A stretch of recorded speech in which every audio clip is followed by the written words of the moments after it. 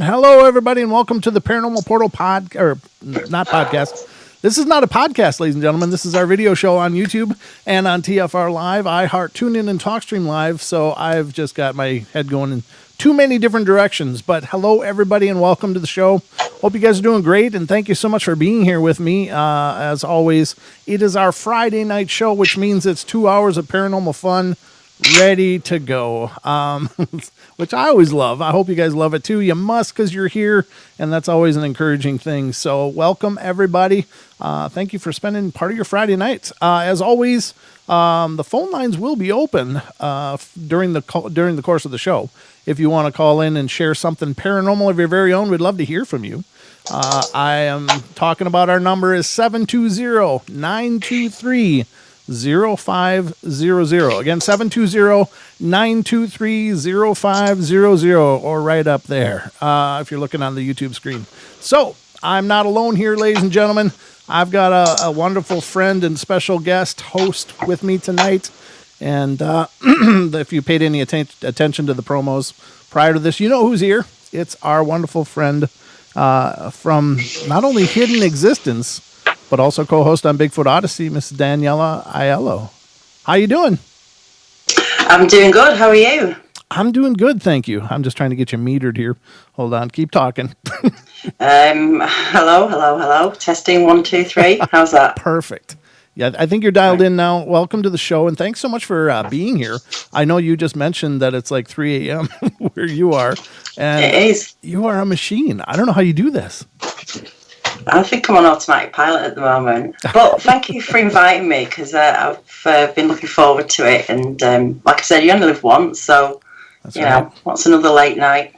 Absolutely. You know, and I've always been enjoyed being on your show and on the Bigfoot Odyssey as well. So it's a lot of fun that we have this relationship. We can all just, be a part of each other's worlds. That's really cool. And you guys have been amazingly supportive to the portal, and I appreciate that so much. So, it's wonderful that you were able to make it work to get here tonight and be a part of this. We're going to go through just a whole truckload of different stuff and paranormal thoughts, ideas, articles, experiences, you name it. We're probably going to touch on it, but those of you in the chat, if you have something you want to add and you're in the YouTube chat, just capitalize it, and I'll do my best to see it. I know Daniela's got the feed on over at her station as well, so maybe between the two of us we'll see something. I don't know. We'll see how it goes. We'll see how our 3 o'clock eyes function. So I have to find my glasses at some point, I think. Oh, okay. Well, we'll make it work either way. But otherwise, ladies and gentlemen, the phone lines will be open, so feel free to call in. If you've got a question for myself or Daniela, or you have an experience of your own that you'd like to share, we'd love to hear about it. So we've got a lot to go through tonight. First and foremost, how you been? Good. Yeah. Just plodding along in this COVID madness. Sure. We're having all sorts of lockdowns at the moment, but I'm just, just trying to focus on life and doing what you can and making the best of things, I guess. Yeah, it's so weird. This whole year is just so bizarre. It's this whole new normal and stuff. It's like, oh my God, just bring back 1990 or whatever. Let's go backwards. I'm done with this stuff. It's just nuts. Yeah, I've lost track of time as well, of things that I've done this year. It feels like just big gaps are missing. Yeah, maybe because I've not done a lot. I think because you haven't been able to. So right. Yeah, it's a weird one. We'll see what happens in the new year, but I can't see this ending soon. Yeah, I sure hope so. Yeah, we sure need to get back to something like normal, but I know you've been doing great things on your show, and I hope you'll take a couple minutes and let people know that aren't familiar with your show. What is your show? When is your show? And how to watch your show. Well, my channel is called Hidden Existence. Usually do a show on a Saturday and a Sunday evening, but actually there's nothing going on this weekend, just for various reasons. I'm interviewing and talking to people that are experiencing all sorts of phenomena. I can't quite say that word. Phenomena.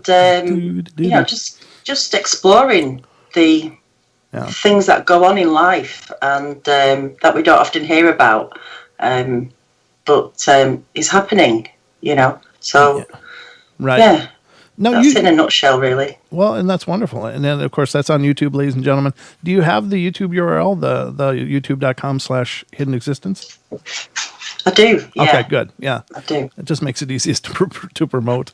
I like that. I'm glad I could get that for the Paranormal Portal as well, but sometimes you hit a roadblock on those. If you have a common kind of name, somebody's already got it. So, but I'm glad it worked out for both of us. Now you guys touch a lot of the weirdness on Hidden Existence, and of course you're on Bigfoot Odyssey as well.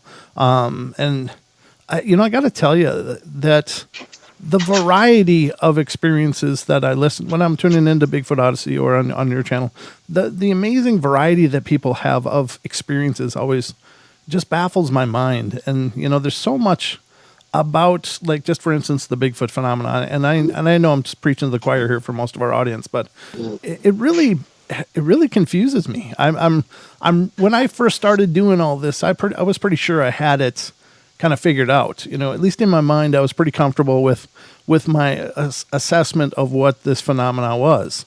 And then to hear people talk about it and to hear about what they've experienced that didn't fit in my paradigm and in my little convenient description, and my whole ideas have absolutely expanded and exploded on these topics. Is that the same for you? Yeah, I think because, we're not brought up with Bigfoot like in America, Canada, wherever it's more talked about, it's more commercialized. You can get Bigfoot burgers, necklaces, and just about whatever you want. But I mean, I saw a clip of the the party footage sort of back in the 80s. It was just on some sort of news program, and that was it. It's shown, it's gone, and I probably never even thought about that again. And so when I got into it, and God knows how that happened, I'm just thinking this is a flesh and blood creature that's running around the woods, terrifying people, and then, like you say, we start having these interviews with people, and you're just hearing so many different, similar but different accounts that go from one extreme to the other, and you're kind of left wondering what is going on, because a lot of these people are credible. For me, it's the way people tell the story, and you can hear it in the voices that these things have really affected them, and you can't ignore that. So whether the weird stuff is connected to Bigfoot or something else, I don't know. Yeah, I don't know either, but it's sure racking my brain to try to understand it, because I guess, I think that Ron Moorhead, for instance, when I first heard his ideas about the quantum Bigfoot and all of that, I was just like, what? But once you explore those ideas, and once you explore testimonies that people are given to you, and you've had those discussions, and over these weird things keep coming up, it's like, it's the old, can they all be wrong? And quite honestly, I can't believe that they can't. That there must be some validity to it, and so at that point, you've really got to either close your ears or try to adjust your paradigm and figure out how to make that work. But it's just incredibly bizarre. Yeah. I mean, and quantum stuff is just so hard to get your head around, isn't it? I mean, I can't even work it out. But I think of it as this, and I've said it before, you have a radio, and it's transmitting all sorts of different channels. You pick a channel and you can hear it. It doesn't mean to say that those other channels are not there. It's just what you tuned into. And so if we can create that, there must be something else going on, I think. There must be, different frequencies. That's brilliant. We have them. Yeah. Dogs can hear stuff we can't. It's going on. So who's to say that there's a much bigger picture out there that we're just not, we just don't understand quite yet? Yeah, no, I agree, and I think that's a brilliant analogy because I'd never thought about it that way. But you're right. The other stations are still out there. It's just you're not tuned into them. I like that. I'm going to steal that from you. I'm sorry. You may hear it again, but just know that in your heart, you gave it to me. I gave it to you. That's all right. Yeah, exactly. But that's a perfect analogy. Yeah, it simplifies it for people as well. And it's that's pretty much what's going on, I think. Yes. Yep. Exactly. I think you're right, and it does make sense. Now the strange thing is did you always have an openness to the paranormal and this weird stuff, or is this more a recent addition to your life? Yeah, I think I've always been interested in ghosts and kind of something else being out there. Mm-hmm. But I've I've had a couple of weird things that happened as a kid that I've never forgot. And my uncle was really into. He wasn't like a blood uncle, blood relative. Mm-hmm. But he was really kind of spiritual and into there being something other than just us here. Right. And he kind of sparked my interest in it. So I've always been open to it, and I've wanted to experiment with it sometimes, but I never seem to get any kind of anything back off it. Uh-huh. I feel like I'm open to a point, but I'm actually shut off from it because I don't want to experience anything, if you know what I mean. Kind of like you put a barrier up, maybe. Yeah. But I believe there's stuff out there, there's stuff going on. I think you're right, and that raises an important point. Is that I think there's a lot of people, especially like in the Bigfoot world, the Dogman world, the paranormal research world, and UFO worlds, where they're going out there and they're dying to have an experience. Like they're using all the equipment, they're using every technique possible, and trying to figure out ways to inspire these experiences to happen. But then when you talk to some of these witnesses, they would love nothing more than to have it not have happened. They are so absolutely affected on such a profound level, like it literally redefines their lives. And these are people, I think it's a bit, if you compare it to Bigfoot encounters, those going out looking for it are probably going to struggle to find Bigfoot. But those hunters and hikers that are just getting on with the day, doing normal things, mm-hmm. suddenly bump into these things, and that's what they're not prepared for. Yeah. And so it becomes then a horror story rather than an adventure of trying to find these things. So I think it's one of those things, you don't go looking for it. I think it's probably going to just come and find you, mm-hmm. if you're in that right zone or place. I don't know. Well, and the thing is that these experiences are so profound. Like, recently we had Vic Cundiff on the show, and we had a wonderful talk with him and a great eye-opening talk about Dogman. There's a lot about that subject I'm just not real familiar with. But he brought along with him a clip of a testimonial that he had. And it's this older guy, and he's talking about an experience that happened when he was a teenager. So all the way back in his life, and, maybe 50, 60 years. I don't know how old for sure this guy was. But as he's telling the story, you can still hear him fighting back the tears.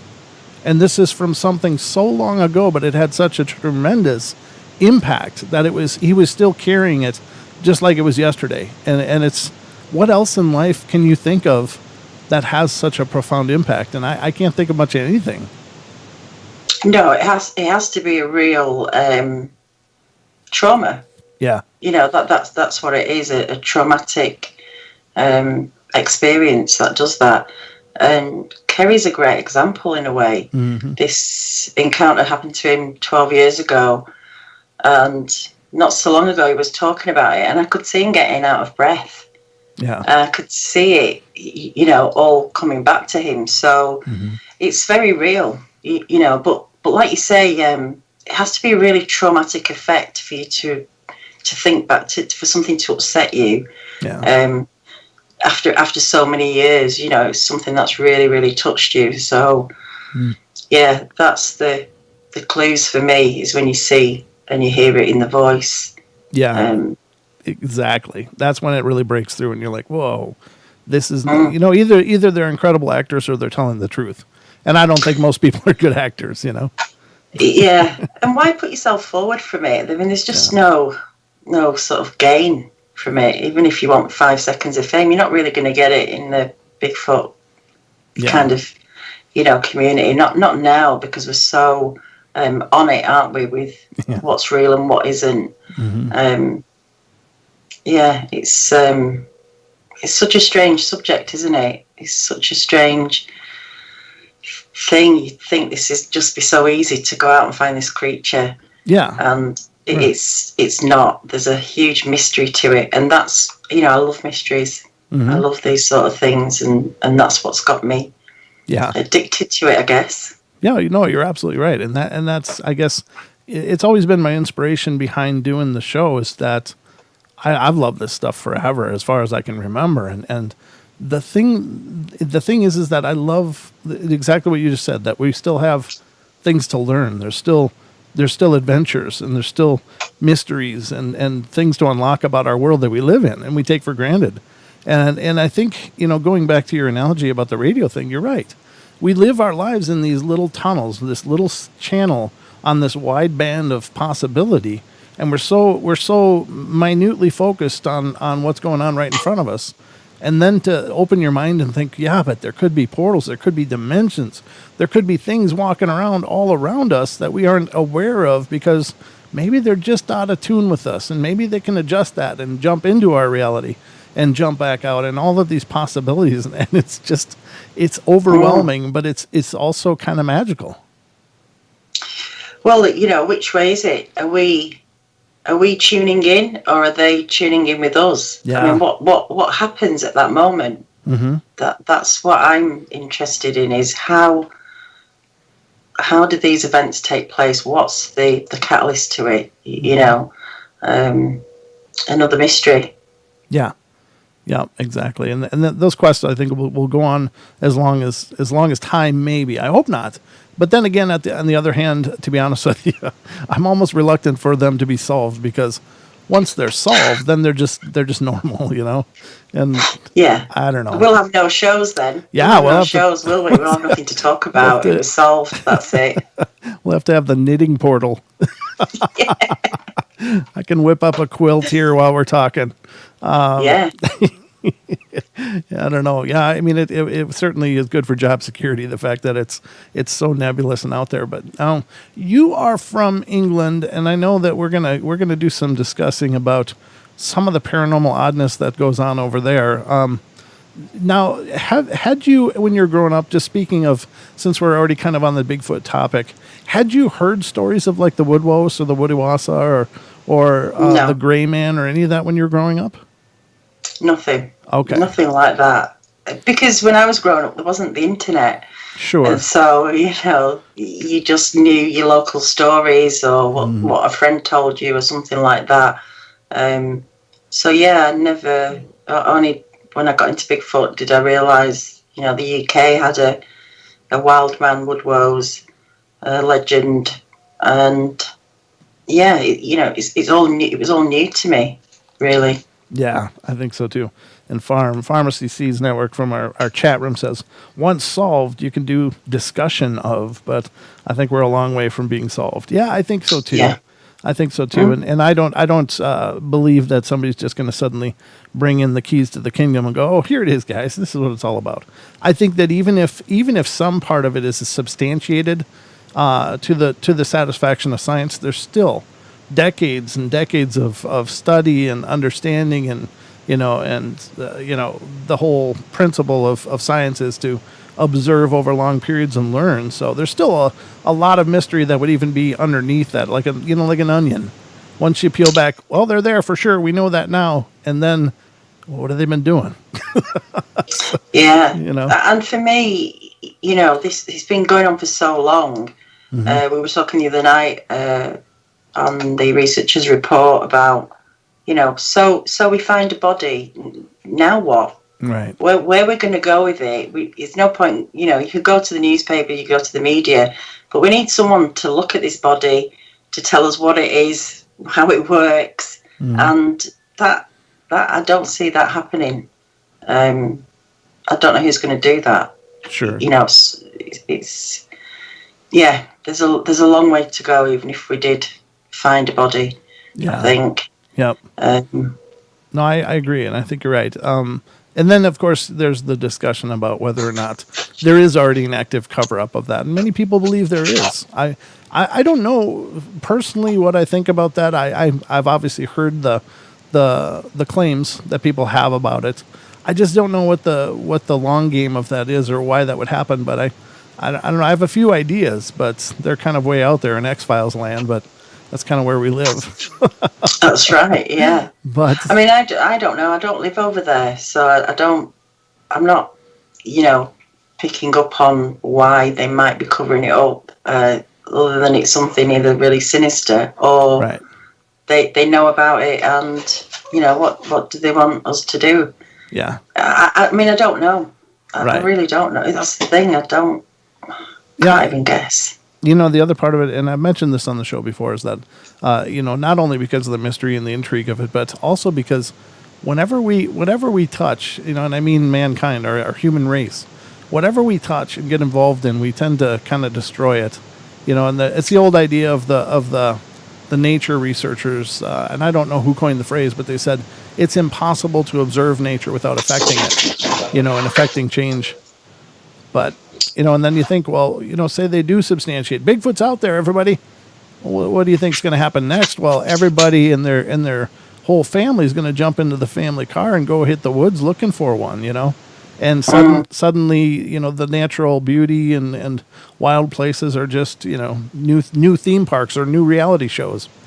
And, that's the part I wonder about. But anyway, I know there's a lot to unpack with just that one phenomena, but then we get into the Dogman. But I just had to know if you had heard those stories growing up, because I know around here, like, it is regional as well, or at least it used to be. You're right, prior to the internet. But, there were regions that had their legends, like the wood booger legend from down south. The boogers will get you. The boogeyman will get you. It's all these variations of people having either an awareness or at least a fable or tale of these really ferocious creatures living in the wild places.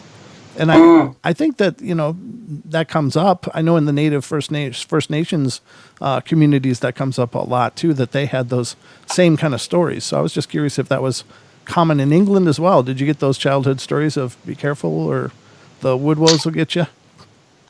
No, nothing like that. But, the only things I knew about, I guess, is the Loch Ness Monster. It was quite a big thing that everybody kind of knows about. Sure. The Beast of Bodmin Moor was another one. What's that? I don't actually know. Oh. But I think it's it could be a big cat or something like that. Yeah, and obviously Cannock Chase has a bit of a reputation for wolves, Dogman kind of, I think maybe more werewolf back then, stories. So, yeah, and I guess back then I wasn't really into stuff like that. And my parents, my dad's Italian, my mum was Polish, and they didn't really know local folklore or anything like that. So I grew up in quite a European continental household, where but my dad would talk about in Sicily how about werewolves there, about a family who had a son who was a werewolf and they had to keep him locked up at night, and he would walk about and he had a lot of hair on his face, and I think it was more. They have these conditions, some people, don't they? Sure. Where they have this lots of hair around them. I mean, I don't know. But then he'd talk about not looking at certain people because they could give you curses. Oh, so yeah. They were into the sort of, maybe call it witchcraft, I don't know. Sure. And I remember as a young kid over there watching my grandmother trying to remove a curse off someone by doing something around their head, and she had some water and something else, and they're really kind of serious about upsetting people and believing that there is people with abilities to bring bad luck on your family or your business or whatever. Sure. It's those old traditions, the old gypsy traditions, the as you said, witchcraft or some variation of it. Yeah, and we've got that obviously over here as well. There's lots of traditions with what they call witches and witchcraft. I don't know that I remember. Well, I should probably wait because we're going to go to the break, ladies and gentlemen.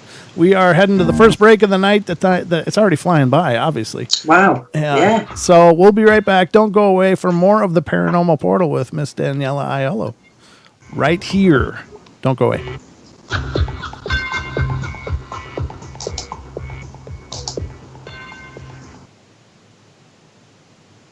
From the dawn.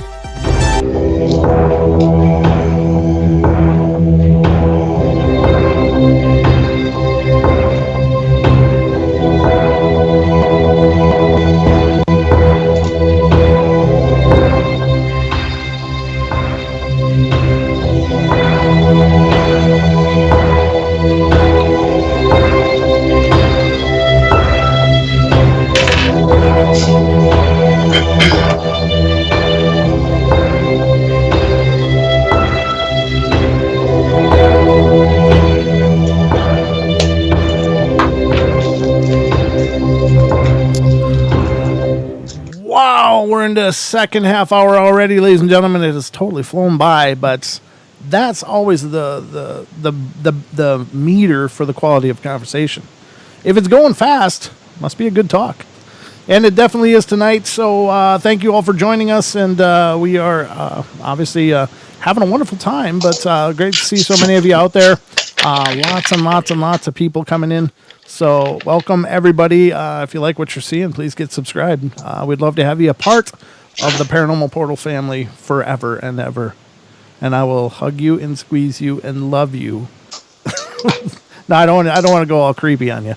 But welcome, everybody, and thank you for being here. We are joined tonight by our wonderful guest, Miss Daniela Agliolo from Hidden Existence, as well as Bigfoot Odyssey. And how you doing so far, Daniela?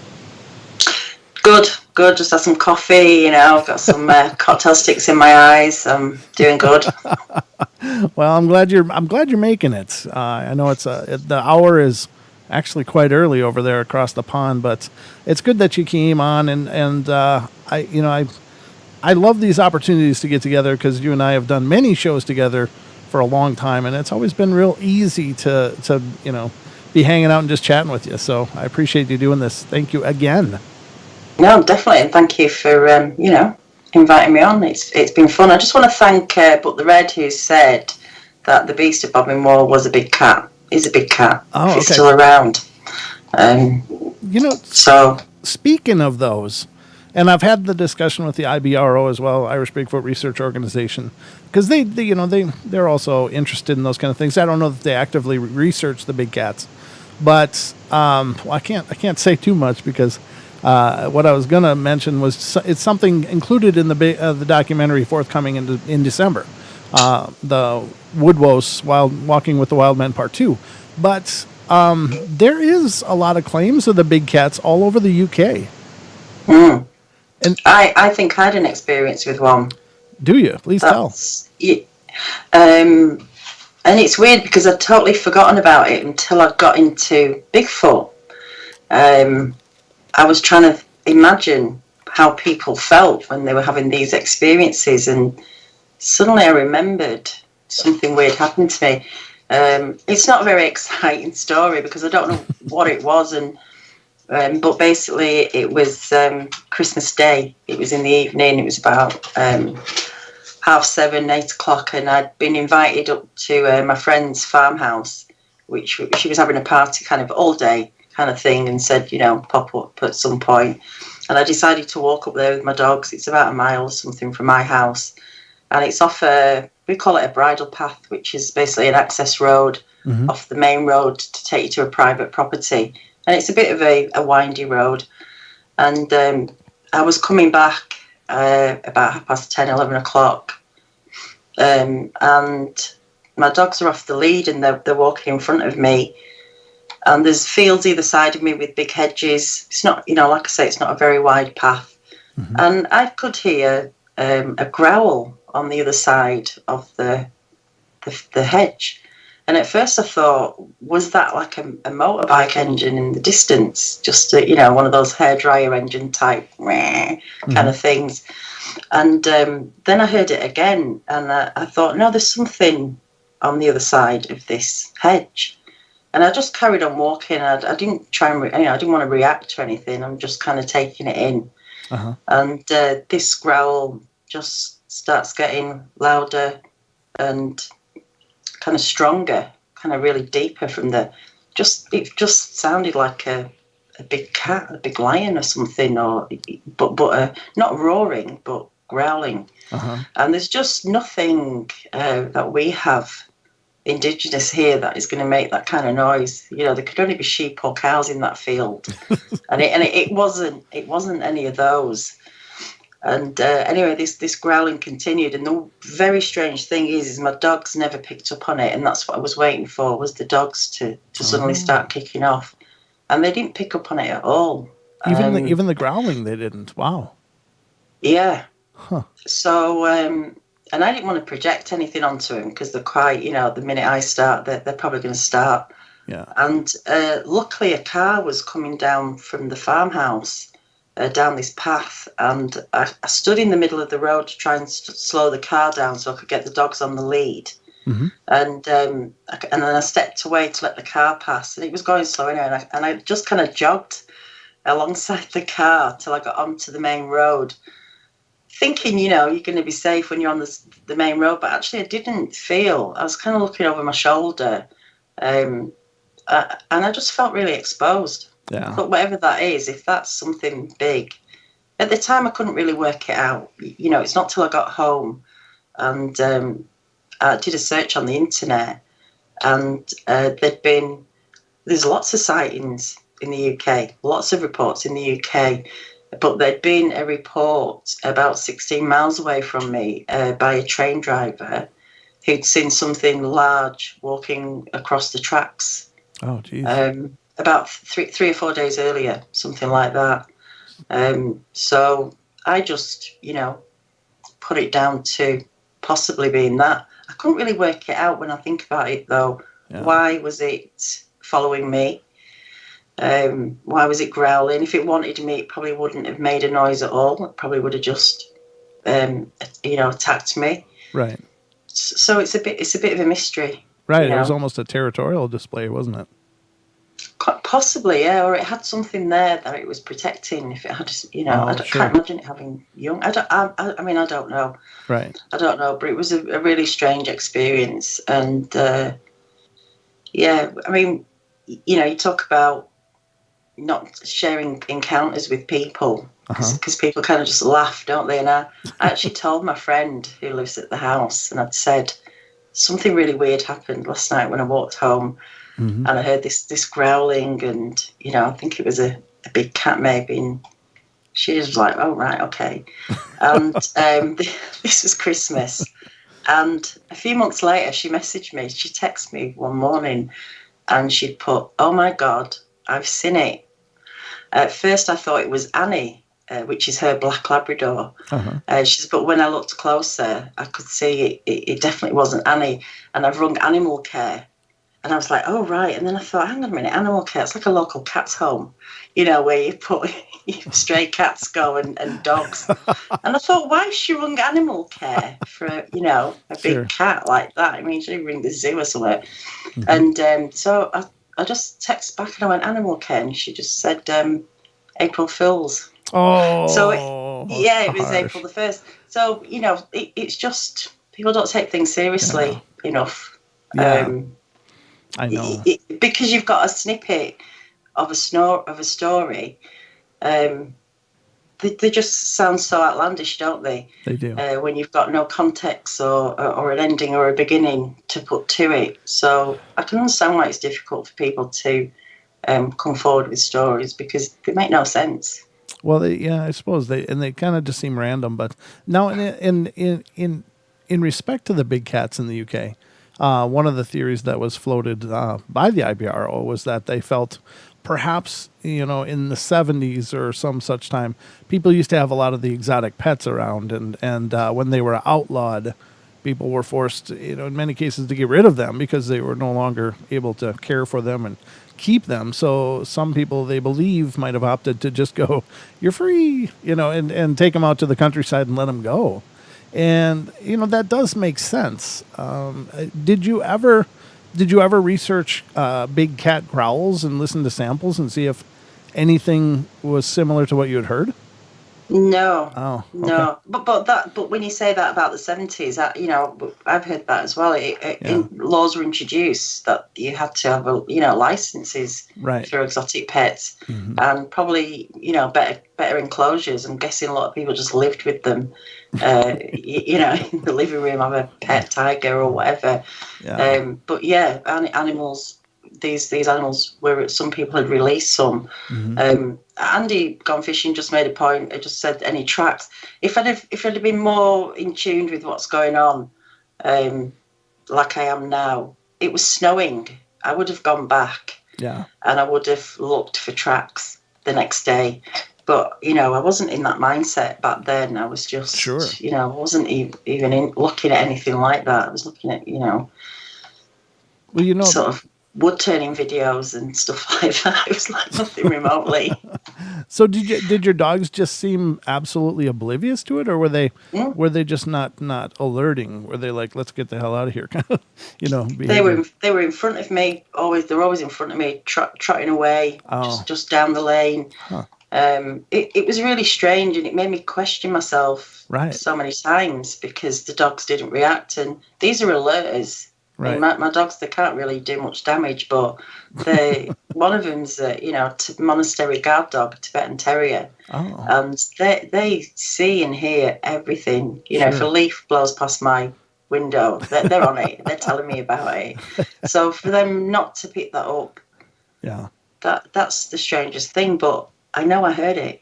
You Well, know. that is strange though, and I think that, I mean, of course, I have no doubt believing what you're telling me. My own experience was not really dissimilar to that, except for the depth of the growl was so deep that I never laid eyes on it, but it was right behind me and it was growling.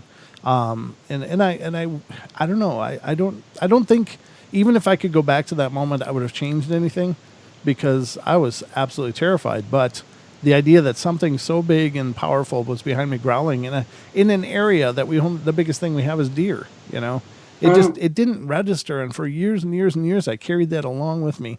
Now in my case, I did have a witness, which was wonderful, because that case, at that point, I didn't go, was that really real? Did I just pretend that or something? You know how you do that? You do that like self inventory, like as you're talking about.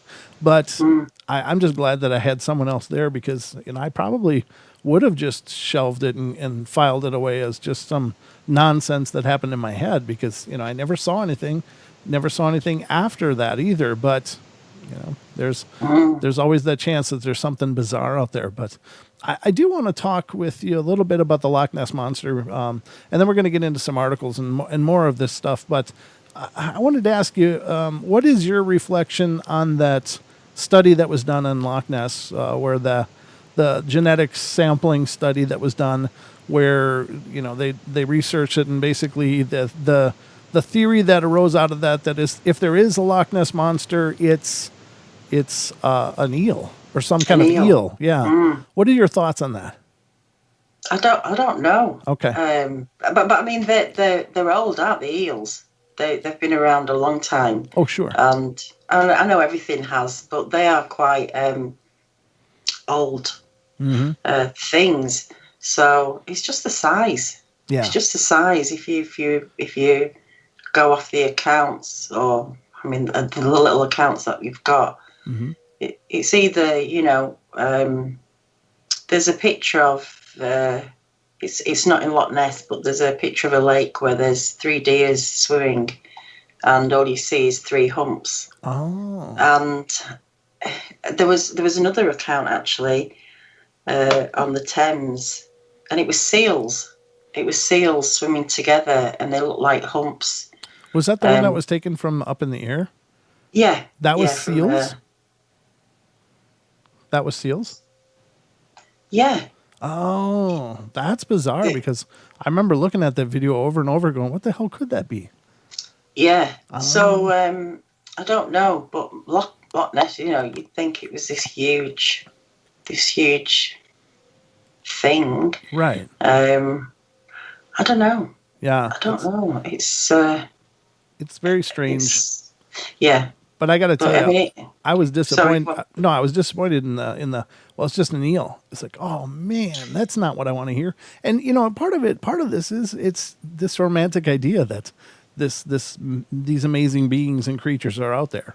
And I'm not saying that anybody that believes in it is just suspending belief and just suspending logic and just jumping on board. There's certainly plenty of evidence for all of these cryptids and beings and ghosts and such. But when they came away from that study with, well, it's a big eel, it's just like, God, that doesn't sound right. I don't know. And one of our fellow hosts here on TFR, his name's Kev Baker. He's actually from Loch Ness, and he grew up there, and he said there's no way that that's an eel. There's no way that that's what people are seeing, and I hope so. I really do, because I think the minute that just becomes an eel, it just becomes like, well, everything's still plain and boring. Well, why aren't we seeing this eel all over the place? Can Right. it just be one giant eel, or I mean, does it breed? Right. Well, So, yeah, you kind of think if it's just an eel, we'd be seeing these in other places. Maybe why right. does it hang around the loch?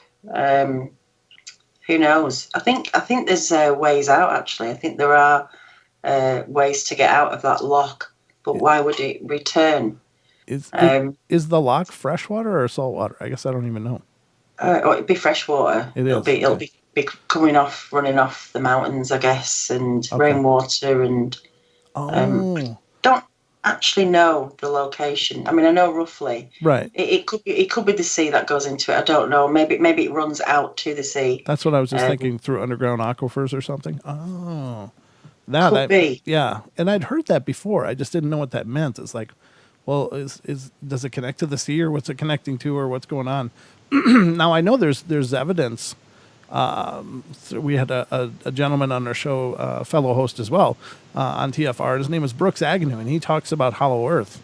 He's really a proponent of the idea that there very well could be an ecosystem within the Earth, and the guy is very scientific minded, and he is truly an engineer that's worked on some amazing projects and worked with some of the most amazing minds in the world.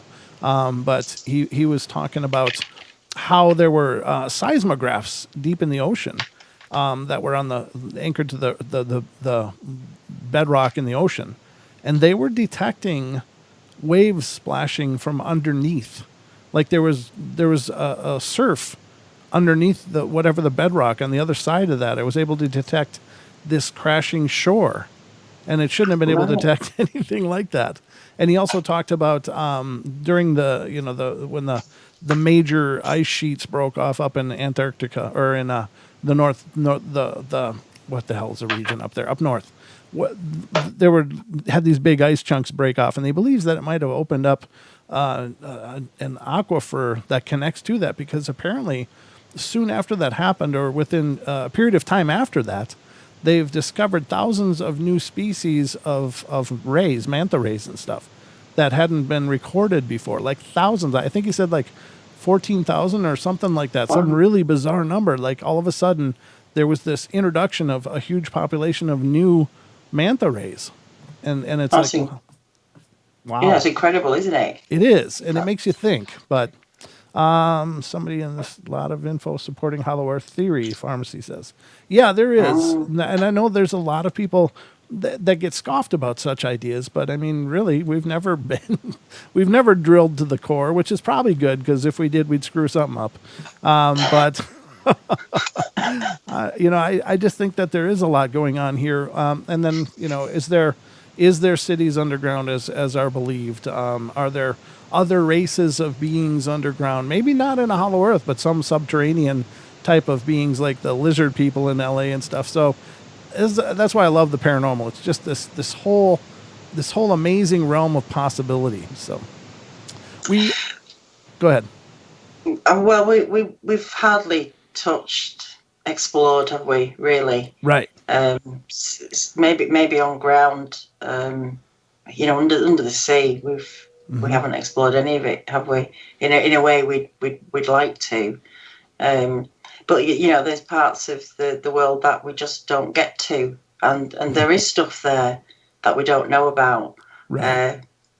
I mean, I'm saying that we don't know it because we haven't been there, but I'm pretty sure life exists everywhere. So Yes. yeah, No. it's how far can we go? How far can we look? And do we want to disturb these places? That's the other thing. It's like opening a can of worms, isn't it? You just don't know what you're going to get, maybe. Right. I don't know. But yeah, I think we've so much more here that we don't know about, because we haven't discovered it yet. But there's things out there. Mm-hmm.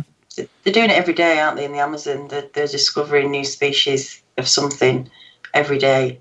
So that's just one place. Who's to say what's going on under the sea, and in places like, the Antarctic, and Yeah. who is it?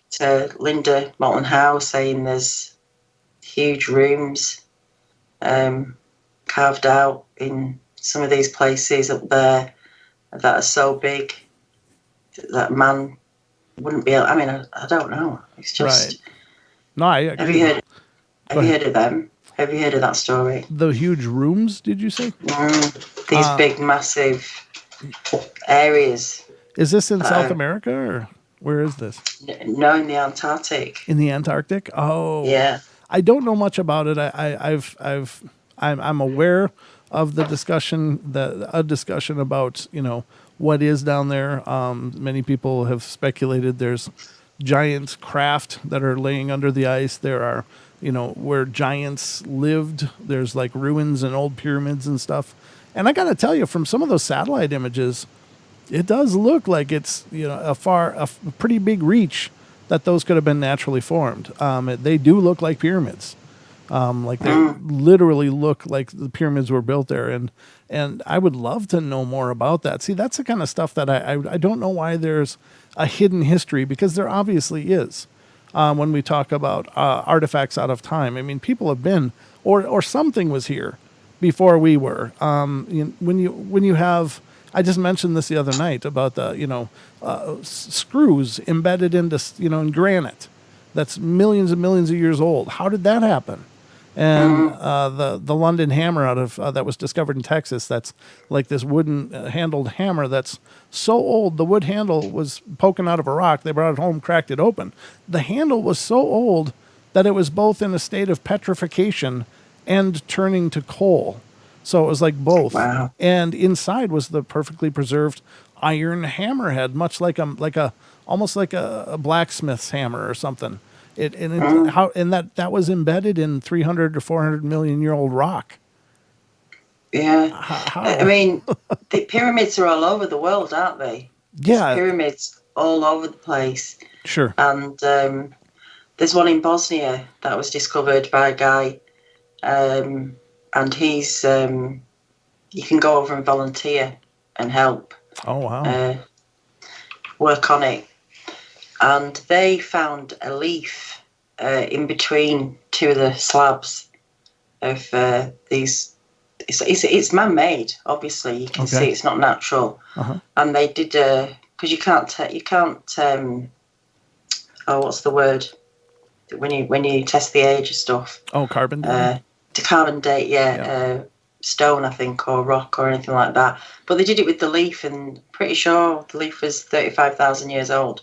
Wow. So it just, obviously there were, I don't believe I think the Egyptians discovered the pyramids. They didn't build the pyramids. Exactly. And then they decided to scroll all over it and put the, the signature on it. They were tagging. But, yeah. But I think they were, generators. They were used to generate power. Yes. But when you see these pyramids all over the world, they seem to have the same layout. And in Bosnia, there seems to be 3 pyramids, just like there are in Egypt as well. So who knows? And there's also in South Africa a guy, Michael Tellinger, who discovered these stone kind of structures all over the place. And they're kind of in a circle or a semicircle. And sometimes you can't get into these things. Some people said they used to hold cattle in them, but there's no entrances into them. And they think they have pyramids don't have writing. They have hieroglyphics, don't they, around them? And he thinks there's some sort of conduit or something for electricity. Oh my! So I'll send you a link to that because that's fascinating. Yeah, that'd be cool. To listen to his he's the only guy who does it. He's like the only guy who in South Africa or Africa that looks into these things. So he knows all he knows all the that's really he's got all the stories, all the info. That is awesome. Yeah, I mean there's so much in those hidden history that I think could be a series of shows. There's just so much going on there. But I really think there is. There's either there's a reboot that happens, like where society is allowed to progress to a certain point and then some kind of reboot happens that moves us back into, Stone Age kind of cultures, or there was some other culture or beings here that were here before us, whether they were forebearers of us or if they were another race that were here, and then maybe the Anunnaki came out and said, you guys are out of here.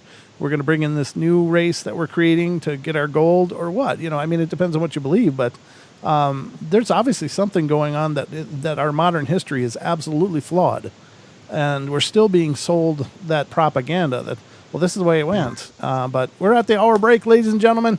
We got another hour to go, so don't worry, don't fret. We will be right back. If you're new to the show, we got to take these station breaks because we are also simulcasting on the network. So don't go away. We'll be right back in just a few minutes.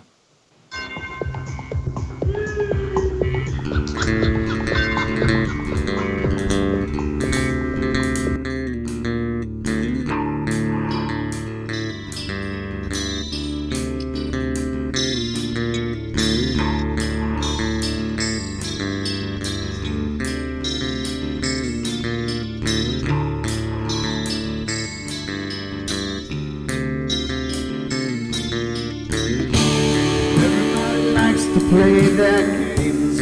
Everybody loves to place their bets.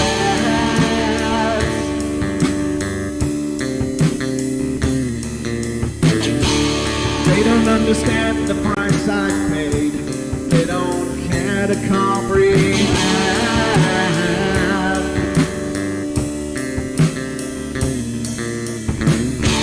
Trace their lines upon my body, ripping scars across my heart.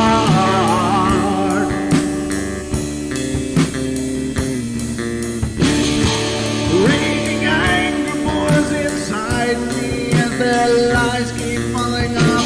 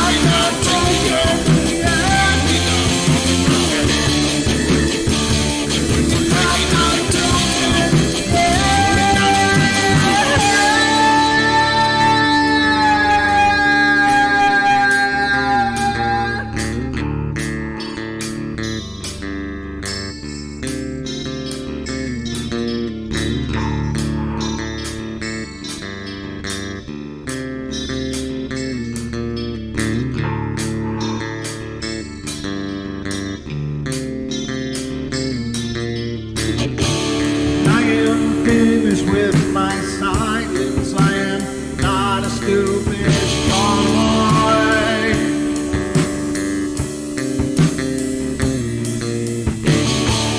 No more breaking me with kindness, just you dance upon my joy.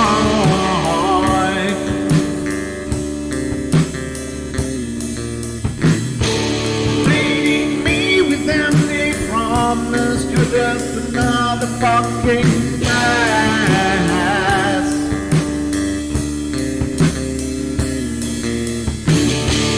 Taking off the slice of my sanity, just make sure that you're well fed.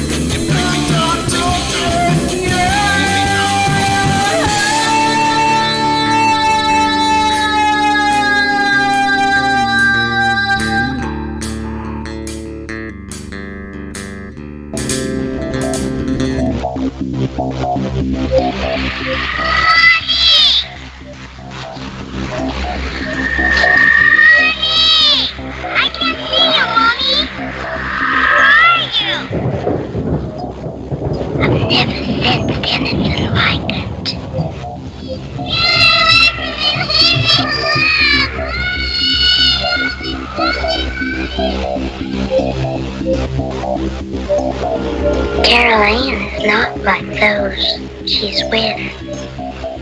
They're attracted to the one thing about her that is different from themselves. Her life force. It is very strong. It gives off its own illumination.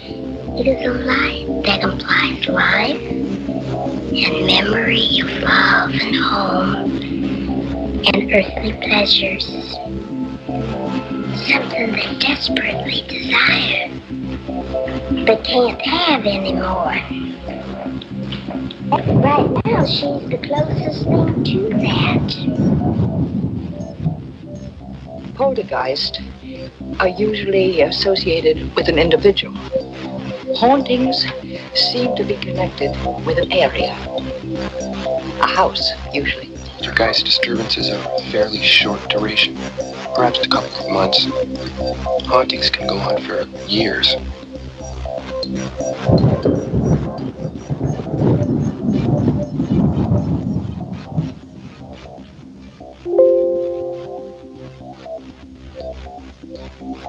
Sorry, I just had to look at my controls. I thought I screwed up something, but looks like we're okay, ladies and gentlemen. I hope you guys are enjoying the journey so far. We're into hour number 2 now, ladies and gentlemen. Remember, following the Paranormal Portal will be coming The Spaces Between on TFR, iHeart, TuneIn, and TalkStream Live. And you can check that out following the show if you're listening on any one of those networks. If you're a YouTuber and you want to check it out, you can go to youtube.com/thespacesbetween, and you can find the show there. It's a great show run by one of our wonderful friends. And then following that on the networks is World Bigfoot Radio. So all kinds of stuff still coming down the pipeline, ladies and gentlemen. So lots to come yet tonight. But let's keep cruising through the night. Let's see. I gotta ask. Those of you on YouTube, can you tell me is my microphone sound like it's clipping? Is it getting like overloaded? I'm just watching the meter here. I was listening to a show replay yesterday, and I heard like the mic was like, you know, when you have too much input or too much power, it kind of clips. So you're hearing that, Andy? Okay. Nope. Alpha Go says nope. Sound is good. No, Brent. Okay. Nope. Sounds good. Okay. All right. That's great. I just mic is fine. No clipping. Maybe a touch hot. Yeah, I've been trying to meter it as we've been going, but I just wanted to ask you guys, because you guys are like my studio engineers. We're joined tonight by Miss Daniela Agliolo, who is of course the creator and host of Hidden Existence, as well as co-host of World Bigfoot Radio, or sorry, Bigfoot Odyssey. Derp. Daniela, are you there? No, it looks like I lost her again. Damn. I don't know what's happening. Her line keeps dumping. Let me see if I can get her back here. Got to find out what's going on. Add her once again to the show. Yeah, her line dropped after the last break, and so there you are. Are you there? There I'm back. You're yeah, back. It's my fault. I keep clicking the X instead of the camera, the mute button. So. Yeah, if you hit the camera one, it just shuts off your camera, but your mic is still live. So you have to hit the mic one is how that works. Just so you know, I know that you usually use a different platform for your shows, but as always, thank you for being here and being a part of it. And thank you, all of you out there, for being here and being a part of what we're doing. It's just wonderful to see everybody in the house enjoying it. Again, if I noticed also that the call board was offline as well as the same time. So I don't know, that dropped all by itself. That wasn't your fault, Daniela. Okay. Oh, I'll take that then. So that one, I don't know. It did it all by itself. But if you want to call in, of course you can. If you have any questions for myself or Daniela, or you have a paranormal something that you experienced you'd like to share, we'd love to hear from you. And the number is 720-923-0500. Again, 720-923-0500. So we got a lot going on, but we always got time to hear you guys if you want to call in. So I was going to ask something, but now I've forgotten what it is in all the connections that we were wrestling with. But I do have some things pulled up. There was one other thing I was going to ask you, though. Dang it.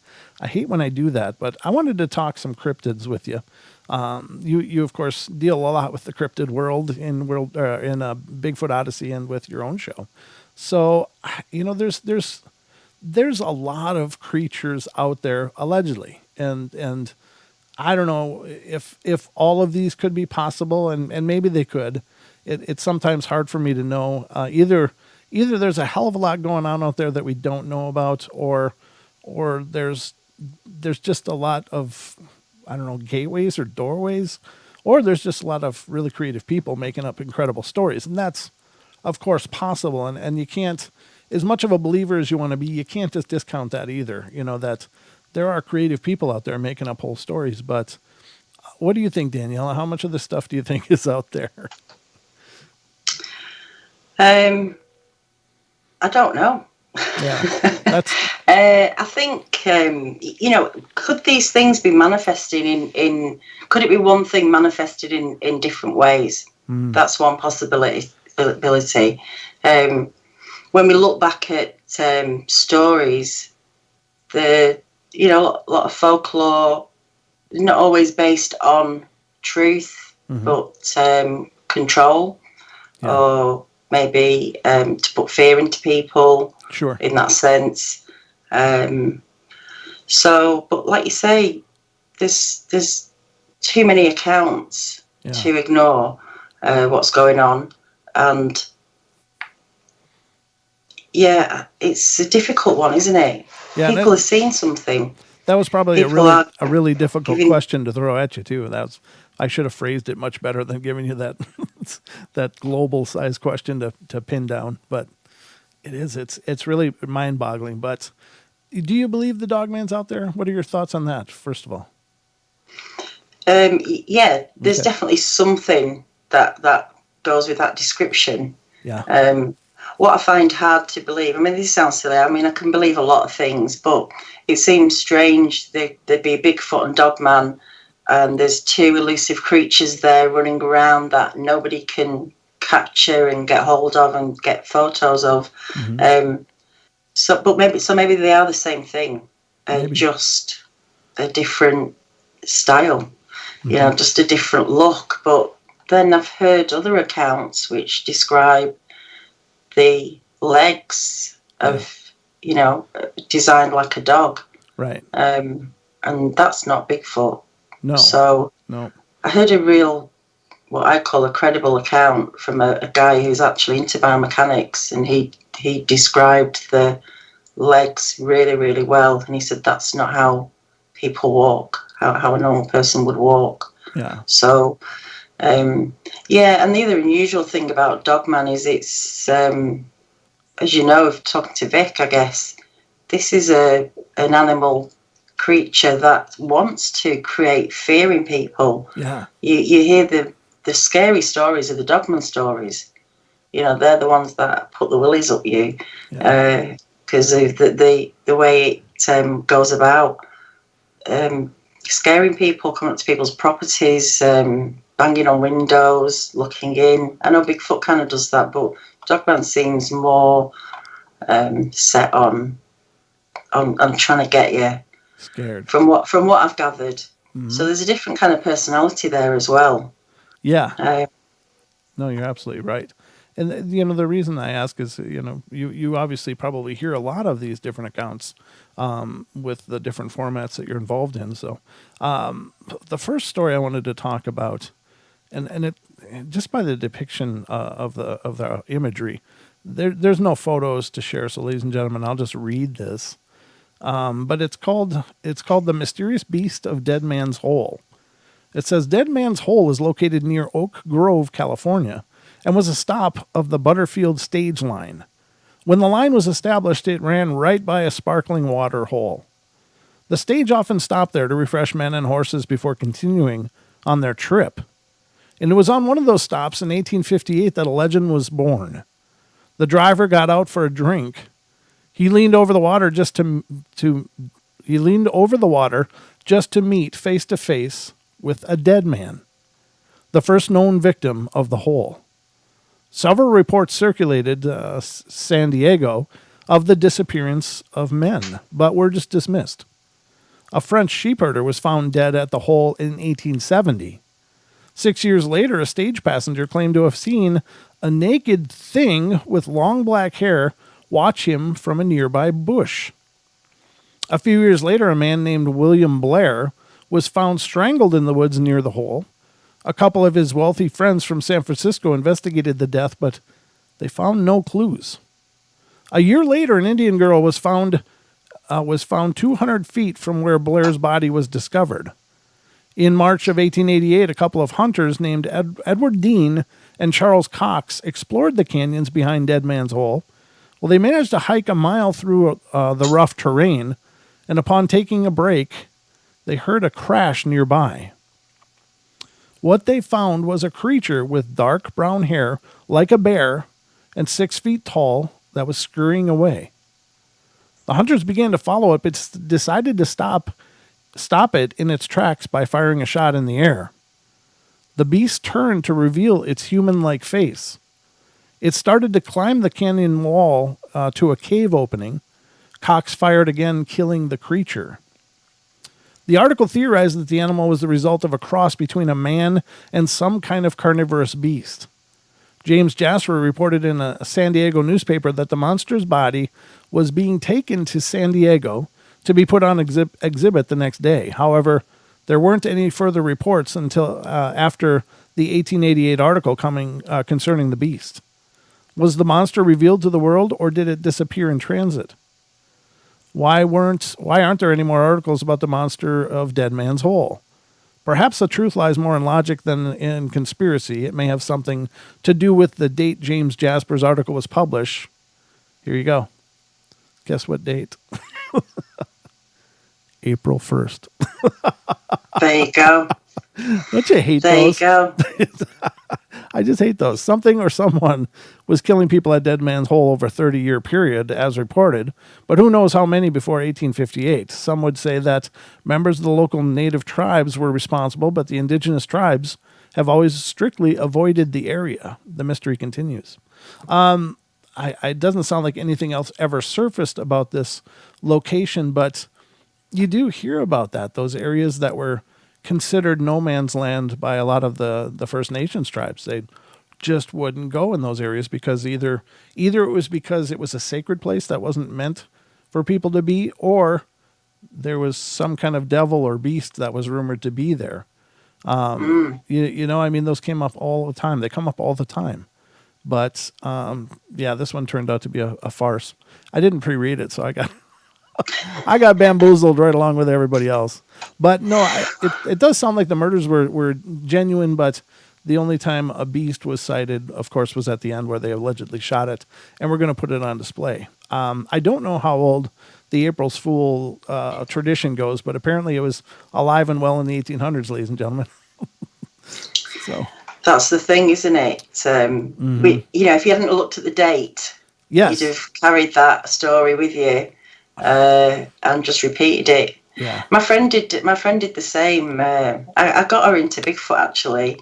She started watching some of the Hidden Existence, and she was like, "Oh my God, this is amazing!" And she said, "You just hear, there is stuff going around that's really, really weird." She said, "Did you ever hear about the fisherman who saved a shark? And every day it comes and says hello to him when he goes out fishing, and he's not been able to catch any fish for 2 years." And I was like, "Really?" She went, "Yeah." And I thought, I'm going to have to look this story up. It sounds incredible. And it was just an April Fool's story, but she obviously hadn't read the date and not thought logically, like, why does he keep going out for 2 years if he's not been able to catch any fish? It's time to sort of like hang your fishing rod up, isn't it? After a couple of weeks, sure, if this shark's going to keep visiting you.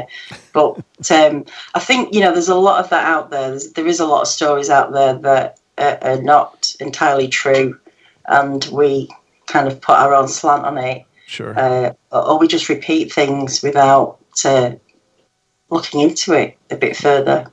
And I there was a whole chain of these stories that were surfacing about 8, 9 years ago, 10 years ago. And I'm a search and rescue person, and I've seen some weird things. And there's this whole series of articles that were apparently written on a message board and had to do with these weird stairwells appearing in the forests, that there was all kinds of supernatural things going on. And it was just these incredibly well-written tales that were absolutely compelling. And I was like, God, who is this person? You know, and then I started looking. I had to track it down. It took me a long time, but I finally tracked it down. And so people were going nuts about these stories. Like, oh my God, you get these stories are amazing. And they're doing the whole circuit of Bigfoot / paranormal and all the groups that I was in. And I was like, well, who is this person? So I found the username on the Reddit post, and I started tracking that. And I found that eventually what I found out was that was an author. And so I went over to the author's page and did some digging, and I started to find some correspondences that they had posted because they were just creating stories. And people were writing about, where was this? What was going on? I go, no, you don't understand. I'm just an author. I'm just creating these stories for entertainment. But those stories still surface that people are like, oh my God, did you guys read this? And it's like, no, those aren't real. Unfortunately, they're not real, or fortunately, because the things that were described in these stories were absolutely horrific. Like if you come upon a staircase just in the middle of the forest for no reason, don't climb them. Whatever you do, don't climb them, because this person was talking about, they observed one person climbing it, and like the hand broke or disappeared or something like that, and suddenly it had no hand, and like it was just this trans-dimensional gateway or something. And then there was stories that this person allegedly heard from more seasoned people, like, you ever see the stairways, just stay away, walk away around them. And so it was this incredible narrative of all this real bizarre stuff. But then to find it was just, I was so disappointed to find out that it was just these creative works of fiction. So if any of you out there run into those stories, just know, unless something else has surfaced, but those are not legitimate. So don't buy into it. What's interesting though about stories is where does the imagination come from? Right. You think something has to trigger it, doesn't it? Do we just make things up? No, we use example of things. Sure. To create stories, don't we? Mm-hmm. And so if we go back to earlier stories, where have they got this from? So some of it's kind of there's that real, and then people obviously just and I've seen those stories on Reddit. I've looked for stories to read and stuff like that, and I thought, oh my God, this is incredible. And then you find out they've just wrote this story. You think, no, I want it to be real. But there's some great imaginations out there, but I think imagination has to start from somewhere, and it starts from experiences. Sure. I think you're right. For instance, J.K. Rowling, she wrote the incredible Harry Potter books, and I love those books. I love them dearly. They were amazing, and the movies were a lot of fun too. I just thought they were great. But, she did a lot of research, and she did draw upon a lot of legends and lore to create those works. And so there is some elements of that are not necessarily complete fabrications, unless they were ancient fabrications, but a lot of that was derived from mythology and folklore and legend and you name it. So there is you're right, there's a foundation of what could be truth in what she wrote. Probably not that there's a Hogwarts, but Dan Brown's another one. The Da Vinci Code, right? The amount of detail and history and true facts that are combined in that story is incredible. And he did another one. I can't remember the name. I'm trying to think of it. Angels and Demons. Angels and Demons. Is that the one where they're where the snow is and they find something buried? I don't know. I only saw the movie, so I don't. Is that the one where the lady turns out to be a descendant of? Did you read it? I read it, yeah. Okay. I tend to read, not to watch. It starts off, they're in the Antarctica or somewhere, and there's something that was crashed and or was buried in the ice that's been there for years and years and years. That's another fascinating story because of the tech that they talk about. I read that years ago, and they were on about tiny drones that you can't even see that can fly up to you to record conversations that you're having. And that sounds totally plausible to me now. I'm sure it does. That kind of thing can happen. Mm-hmm. So it's interesting. like you say, they're getting information from somewhere, right? To add some sort of credibility to what they're saying. Yeah, it is. And there's inspiration in that. And so, the other idea is can people create realities? And that's been something I've been pondering quite a bit lately, is that does the belief in something make it become real, whether it's a tulpa or some thought form that's brought into existence by people's belief in them. And I think there's something pretty profound to that. I always watch, like when you watch movies like Clash of the Titans, the newest one that was Sam Worthington. Did you see that? No, I didn't. Okay, well, the premise is basically the gods seem to be dying or whatever, or there's a lot of mayhem going out and and problems in Olympus and whatever. But the theme of it was that we need people to pray to us. They're not praying to us, so you need to make them afraid again. And so that prefaced the release of the Kraken to go and devastate this whole area that wasn't praising Zeus and the pantheon. And I always thought, well, that's pretty ridiculous. I mean, why would they need that? But if they were, if you look at it from an idea of these being tulpas that were created through faith, and maybe that there's beings that were created from the faith of people, does that need to be sustained in order for that reality to continue? Or do these gods die off by people forgetting the old ways and the old religions and instead embracing new ones? And ladies and gentlemen, I'm not trying to say that religion is fake and it's just based on our belief, but I believe there's divine and all of that. That's not the point. But the point in the movie was that due to people not praying, it was damaging them and they were becoming weaker from that. And so upon looking into tulpas and stuff, suddenly that's like, wow, that's interesting. So was the pantheon created by the ancient Greeks and Romans and other cultures that might have followed them, and would it stop being existing once people stopped believing or praying? And that almost gets like quantum physics, right? Or the multiverse kind of thing, where a choice creates a whole new reality. So I don't know. I'm going into the really big picture. I got to watch myself. I always do that. I go in these huge... Well, it's energy, isn't it? Right. Energy. Right. We can create a lot with our energy. Right. And we can pass it on, I think, and create. I think we can make things happen for ourselves. Yes. If we, think positively enough and want it enough. I think we do have the power to do that within ourselves, to do that. Yes. I know I've done that. I've created things, I've planned things out, and I know that's come from me. Yes. And me wanting it to happen. So energy is everywhere, isn't it? And we give off different vibes. Yep. And depending on our moods. Yes. And you can walk into a room at a party and being in a foul mood, and everybody, you don't really need to say anything, and people will pick up on that. Yes. So it's a very potent thing, really. It can make or break anything. Yep. So there's something in that. No, I agree completely. I think that we do manifest, even as simple as, I'm going to have a great day today. Well, and you do.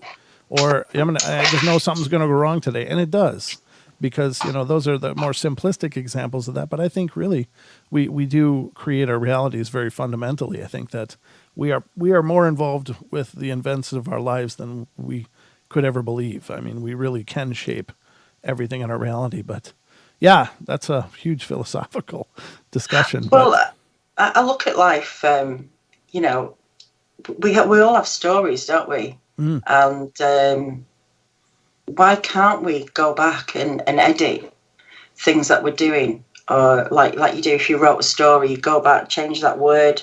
Changing words are so powerful. And I think we can write our own stories if we took the time to think about it. Because I don't think we do. I don't think we're very mindful all the time of what we're doing. Right. And just being mindful every day can really change things for you, I think. And, problems are not really problems, not always. I think things are a lot easier to sort out if we just think about it and change our words sometimes to rewrite what we were trying to say.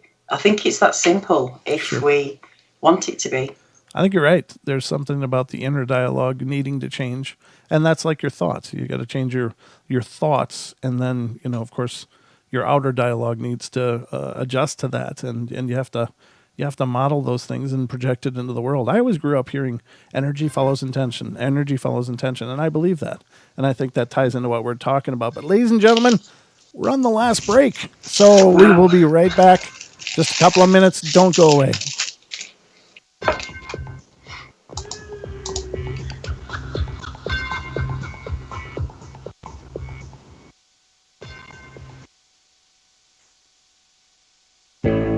The reviews.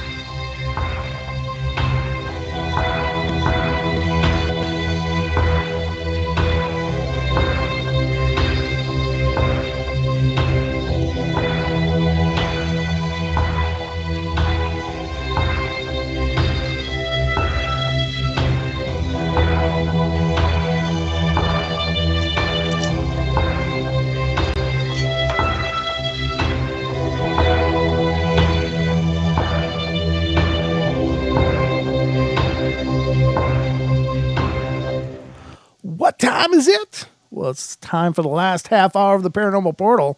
I'll tell you that. It's gone really, really quickly. But again, it's been a great night, great discussion. Our guest tonight is none other than the wonderful Daniela Agliolo, who is here with us. If you don't know who she is, then you need to find out, and you can find out by going to youtube.com/hidden existence and check out her shows. As well as you can see her on the Researchers Reports on Bigfoot Odyssey as the co-host, along with Mr. Kerry Arnold. So lots going on. You're quite busy. Yeah, I know. It's a lot to do. It's a lot of laundry to do. I know that, I don't think people realize the time that we have to put into these shows. Not that I'm complaining, because I absolutely love doing it. Yeah. But, hats off to you, Brent, because you were doing it every night, and I have no idea how, you have to find content, you have to fill those hours, and you do it on your own sometimes. I know you do it with Don, but, hats off to you, because it's a lot of hard work and preparation. I do admire you for that. Well, I had to finally take Mondays and Tuesdays off because I'd done 10 shows a week for, well over a year. And it was great. I still miss doing shows Monday and Tuesday, but I just found that I was in a point where I felt like I was being more reactionary with the shows, like, not spending the time and giving them the quality and the attention that they needed. And so I just started saying, well, we used to do 3 podcasts a week, and then we would do 7 live shows a week on YouTube. And it was just like, man, I was going, it was a labor of love, but I realized that I needed to step back and just give it some time, put some time into developing and thinking things through and make the show better. And so these shows have always got to be an evolution. I think that's the part where a lot of people get it wrong, is that, and not necessarily that I've got it so right, but things are growing and people seem to be noticing, which is really an honor, and it's a great thing. But the minute you rest on it the way it is the minute that people are going to start looking for something else. So you got to keep reinventing that wheel, and that's fine. I completely understand and agree, because I'm the same way. If I'm watching a show and it's the same show every night, then, or whenever I watch it, then my interest is going to dwindle pretty quickly. So I've always tried to keep it. But, you're doing the same thing on your end. You're working on both of those shows quite a bit, and it shows. I mean, your shows are really well done, and you obviously put a lot of love and care into it. So you're doing it right. Thank you. Yeah. It is that, like you say, I'd rather put something out worth putting out than just for the sake of doing it. And like this weekend, Jason's co-host with me and Jay Birch co-host with me on the Saturday and the Sunday, and they're not about that, they're doing their own thing, and that's fine. But I'd rather, let's all just take a weekend off and put something together when they're back. I'd rather put some quality out than just come on for the sake of it, because like you say, you have to keep moving to keep the interest going, and that's what I try to do. Yeah, exactly. So, no, I agree. And we've got, thank you, Kitty Honey. I appreciate that. She said, this is a great show. Aw, that's so sweet. It's always an amazing experience to do these shows. And it's even more of an honor that so many people actually tune in to see what I'm doing, because, to me, that's like, wow, that's quite a great thing that people are putting time aside to do that. But, it's your shows are wonderful, and you're absolutely wonderful. You've been a dear friend for a long time, and I know as I said before, we worked together several times when I've been on either Bigfoot Odyssey or on Hidden Existence with you, and always had really great conversations and times. But I think I wanted to spend a little bit more time talking about these cryptids and weirdness tonight as well. I just got to find the right article here. I've got you should see my desktop. It is like an explosion of these browser windows with about 20 tabs in each one of them open, where I'm surfing through things and researching things, and it's like, wow, I don't know. Don thinks I'm crazy, and he's probably right. But I wanted to read. Here's a different kind of cryptid that it isn't reported very often, but I will say, It doesn't surprise me much because, and we'll get into why on the other side, but this one is called Sakuriju Gigante or Gigante, I don't know, the tale of the giant anaconda. It says Webster's dictionary states that an anaconda is a tropical snake that reaches about, just think of this, 30 feet in length, and that's the normal ones. 30 feet. Wow. Can you imagine? That's horribly terrifying. But anyway, and it crushes its victims. This is a accepted scientific view, except the crushing part. Anacondas suffocate their prey.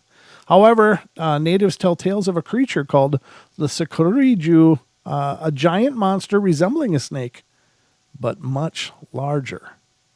These are the tales that form the enigma of Sakuriju. I'll say Gigante because it sounds like it's South American. The giant anaconda of South America. When the Pope gave part of South America to Spain and the other part to Portugal, the Treaty of Tordesillas, the Spaniards explored this great continent with tropical forests, and they came back with stories of enormous snakes, which they called matora, or bull eater. Some reports detailed them reaching over 80 feet in length. Wow. Colonel Percy Fawcett, who was sent to map out parts of the Amazon, claimed to have bagged a 62-foot-long anaconda. As an officer of the Royal Engineers, he was to write down his information meticulously. As he stated in his diary, I sprang for my rifle as the creature began to make its way up the bank and smashed a .44 bullet into its spine. At once, there was a flurry of foam and several heavy thumps against the boat's keel, shaking us as though we had run on a snag. We stepped ashore and approached the creature with caution. As far as it was possible to measure, a length of 45 feet lay out of the water and 17 feet lay in the water, making it a total length of 62 feet. Its body was not thick, not more than 12 inches in diameter, but it had probably been long without food. In 1925, Father Victor Hines saw one of these snakes, most likely the anaconda, while on the Rio Negro of the Amazon River, and he said that the visible portion was at least 80 feet long. The body was as thick as an oil drum, and it was throwing up a wake as large as a river. And there's actually a photo here. I'm going to put it on screen so everybody can see it. Those of you that are on YouTube, you'll be able to see it. But Bernard Huvelsmans, the father of cryptozoology, records an encounter of an anaconda with a group of Frenchmen and Brazilians. He said, we saw the snake asleep in a large patch of grass, and we immediately opened fire upon it. Typical explorers. What's that? I don't know. Let's shoot it. Kill it first and then ask questions. It tried to make off all in convulsions, but we caught up with it and finished it off. Only then did we realize how enormous it was. When we walked around the whole length of its body, it seemed like it would never end. What struck me was its enormous head, a triangle about 24 inches by 20 inches. So 2 feet wide, the head.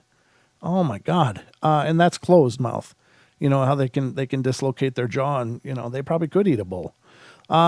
We had no instruments to measure the beast, but we took an arm's length of string and measured it about 1 meter, placing it on a man's shoulder and extending it to his fingertips. We measured the snake several times, and each time we got a length of 25 strings. The creature was well over 23 meters, or 75 feet long. Scientists never regard eyewitness accounts as evidence.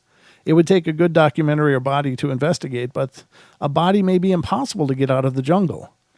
First, it is hard to travel through the Amazon rainforest, not to mention, with an 80-foot-long, several-ton body, photographic evidence may be the only possible way. But up until the late 40s, there was no photographic evidence for the Sakuriju, but that came to a halt in 1948. In the Diário, a newspaper of Pernambuco in Brazil, of January 24th, 1948, published a picture with the headline, Anaconda weighing 5 tons. Good Lord. That's 10,000 pounds. Wow. The picture shows a part of a giant anaconda that was caught by a band of Indian half-breeds? That sounds horrible. I'm just reading it, ladies and gentlemen. Forgive me. That's not meant to be a personal disparagement. It was engaged in a siesta near a river with a bull half swallowed. The Indians tied a rope to its neck and tied the other end to a tree, and the anaconda measured 131 feet long. Oh, my God. That's incredible. Right? 4 months later, the newspaper of Rio called A Noite Ilustrada held a photograph of an anaconda slaughtered by the militia. Its length totaled 115 feet. Herpetologists accept neither photographs as good evidence for the larger than normal anaconda, which they accept a length of 35 feet. Unfortunately, the first photograph offers almost nothing for scale except a hut in the background, so it is easily dismissed as a normal-sized anaconda ingesting nothing more than a capybara, which is native to the area. Then, much more limpid evidence was produced in 1959. Colonel René van Leerde was piloting his helicopter over the Katanga province of the Belgian Congo, and suddenly a gigantic snake reared up as if to attack his helicopter. He lifted up and took several photos of the snake and continued his journey. His estimate of the size of the snake was about 40 to 50 feet, and that is the same estimation made by zoologists who later examined the photo. Even still, the largest scientifically measured snake was 32-foot-long reticulated python killed in Indonesia as the world's longest snake. Until one of these magnificent creatures is brought in dead or alive, the Circariju will always be known as a cryptid. There is a photo here, ladies and gentlemen, and I'm gonna pull it up. Let's see, I'm putting it on the screen here, and I'll drag it over to cover Daniela. No offense, Daniela, but we're gonna look at this photo. Here is the photo from the helicopter, and the snake is quite long, I guess. It's hard to get a scale from this, but apparently when it was reviewed by a zoologist, they agreed that the length was probably pretty accurate. Wow. So there is photographic proof evidence, and that's from that colonel when he was flying his helicopter. So I don't know. Big. That's big.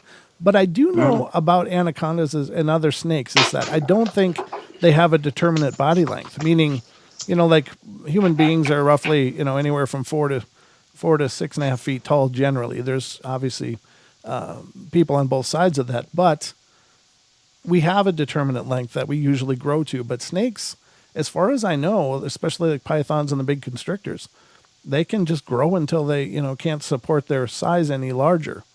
And so it's like an indeterminate length. But what do you think of things like that? It's incredible. My uncle used to have a 16-foot boa constrictor. So he was big. Yeah. Just at that size. You do hear about them, don't you? These really unusually long, especially in the Amazon, the jungles. There's some incredible snakes that they have to remove from villages, don't they? Yes. They end up finding them in the toilets or in the roof of the houses, and you see them trying to, do their best not to harm them, but to get them out. Relocate them. Relocate them. Have you heard about this? Do they call it mud fossiling? Where I sort of engaged in it for a little bit, where people were trying to determine that there's the bones of old fossilized bones of dragons and snakes and things. And one of these dragons was like the size of a country. And I thought, what was it eating to stay alive? To be that big? Yeah.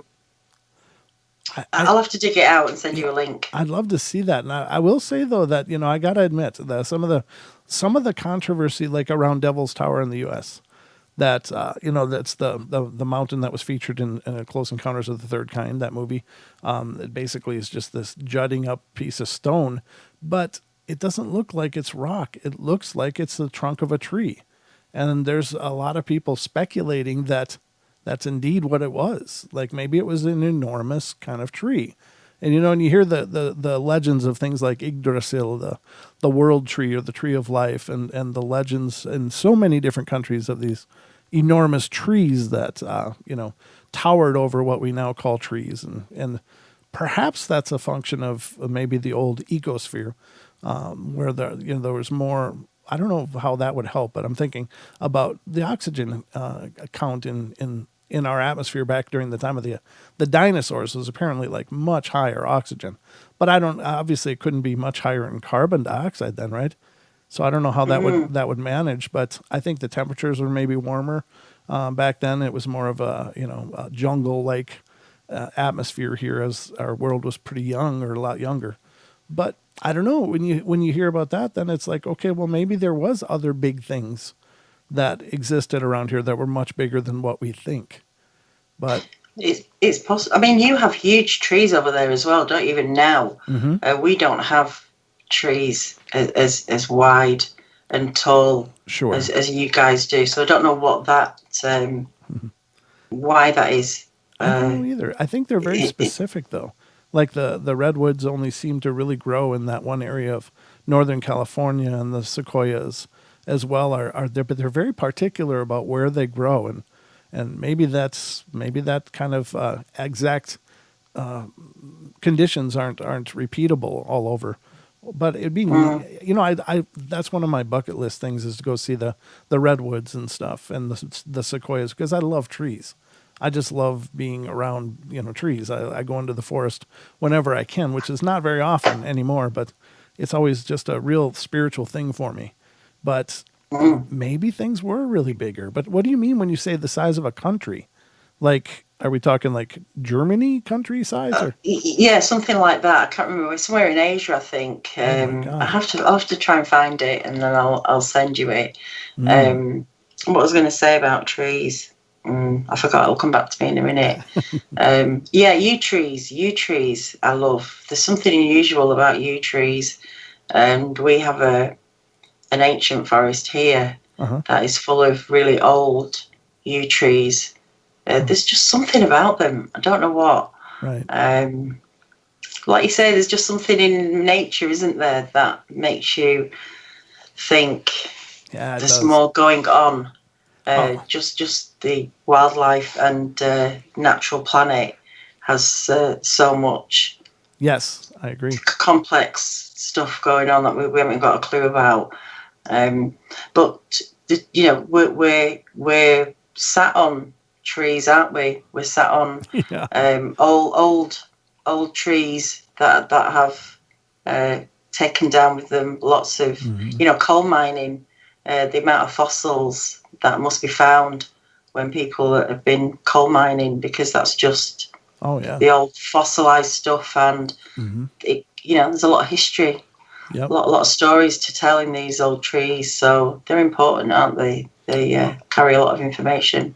I think they do. I think that there's definitely very powerful energy about them, and maybe there's even a sentience. I've heard those discussions, and I find those really intriguing, that our idea of consciousness is repeated in so many different forms, and it's not maybe the same kind of consciousness that we understand, but there's stories of a lot of the cells on leaves are not very dissimilar from our eyes, so our plants seeing, in a manner of speaking, and they've recorded a form of communication between plants, sometimes in the form of chemical signals, and sometimes through the root systems, and and there's just so much going on here that, in our very narrow view of things, I think we're missing a lot, and I hope that we discover a lot more of it before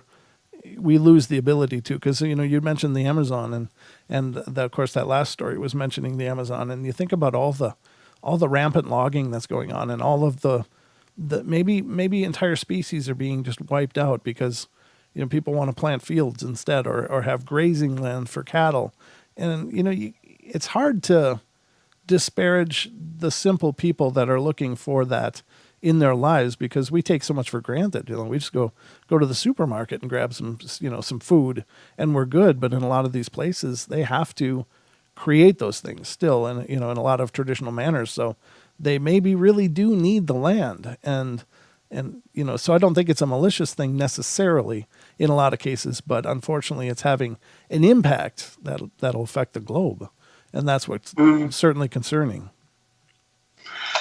Well, I think we need to build out now. We need to build on the sea. They're doing it, aren't they, in places where they're building platforms and they're stretching out the other way rather than going into places like jungles and forests. And we've got to conserve some of it. We really have, because there's not going to be anything left. Right. And the rate it's going at the moment, I don't want to know what it's going to be like in 50 years.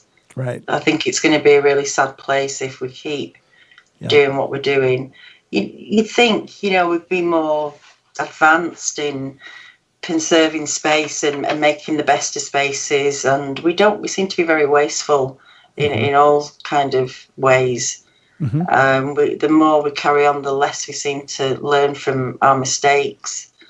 And I don't know what that is. It feels like, we're on the route to complete destruction if we continue like this. Yeah, there's no question that there certainly needs to be changes. But, I saw something really interesting just today, or maybe it was yesterday, but it was one of NASA's pictures of the Earth. But it was through like the heat.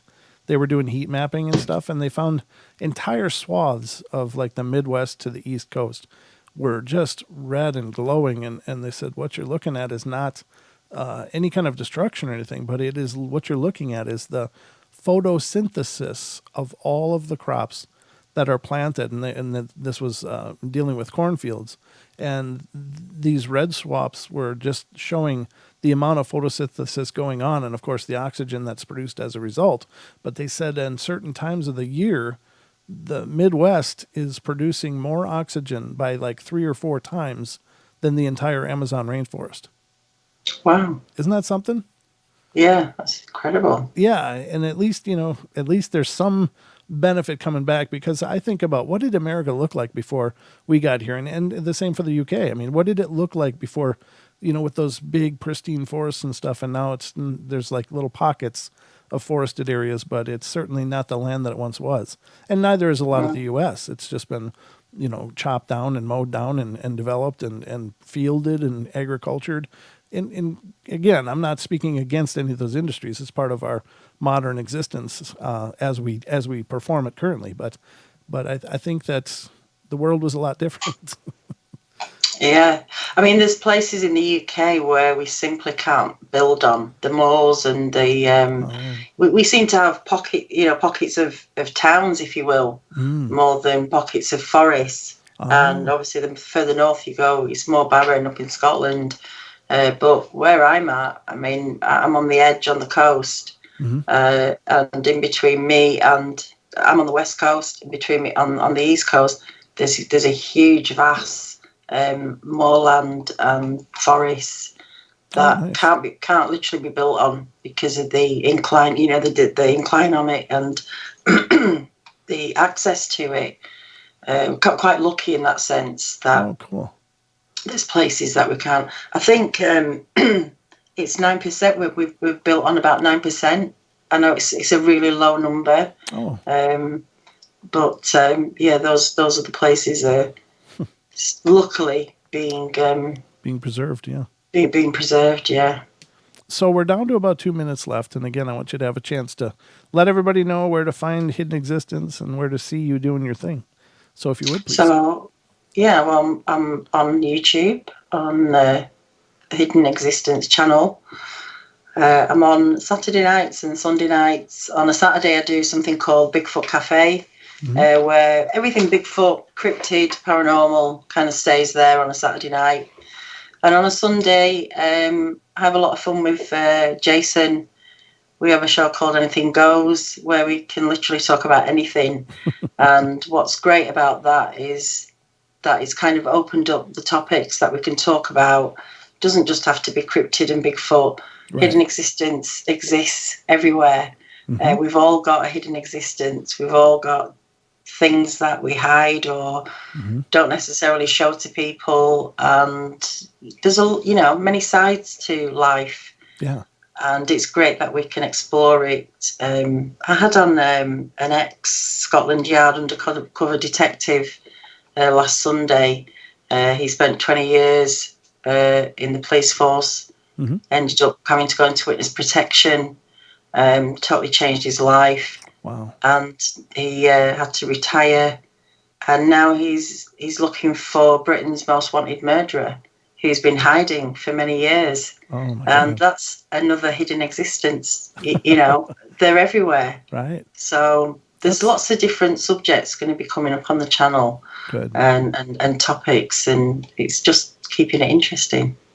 Awesome. Well, thank you again so much for being here. It's been an absolute pleasure. Stick around. If you got a couple minutes, stick around after the show. Just stay connected. Ladies and gentlemen, that's it for us. So we love you all. Be good, be kind, be nice. Take care of each other. Help each other out. Find the magic in every day, and remember to laugh as much as you can. I'll be back tomorrow night with Don, and we'll get into our Saturday show. Take care, everybody. Thanks. Good night.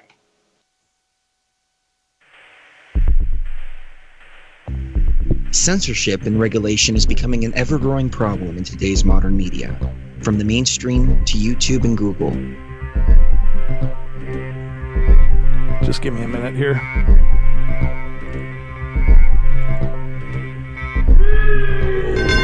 Just rolling the credits.